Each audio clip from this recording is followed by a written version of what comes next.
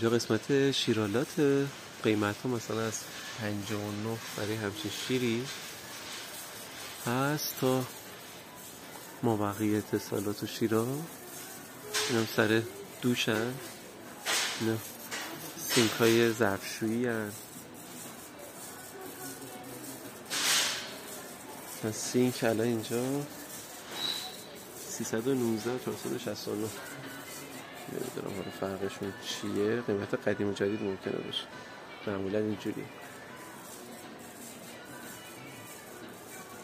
این سینک ها هست مثلا این 449 قیمتی همچین سینک تک کاسه ای، تک لگن. حالا نمیدونم اسمشو درست میگم یا نه. اینا هم که قیمت مثلا 250 تا برای این، 159 تا برای همچین چیزی. این ویسکی هم همین 150 160 120 90 حتی چیزای مختلف داره. حدسم اینه که گرونه، نمیدونم ولی تصورم نبینه درسته. یعنی